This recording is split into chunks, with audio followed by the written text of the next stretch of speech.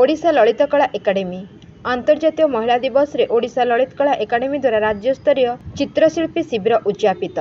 चित्र रे नारी सफलता गाथा। अंतर्जातीय महिला दिवस अवसर में ओडिशा ललित कला एकाडेमी ओडिया भाषा साहित्य और संस्कृति विभाग द्वारा भुवनेश्वर पांथनिवास उद्यापित हो जाइछि राज्यस्तरीय नारी चित्रशिल्पी शिविर।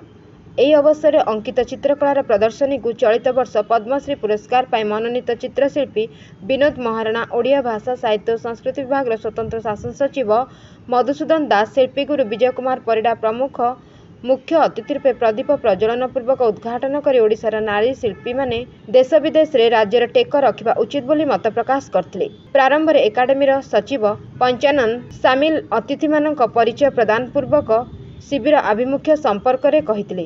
अंशग्रहणकारी शिल्पी माने कैनभास रे नारी मनस्तत्व को नहीं निज निज ढंग से सृजनशील चित्रगुड़िक अंकन करथिले। Bureau report Ekamra news.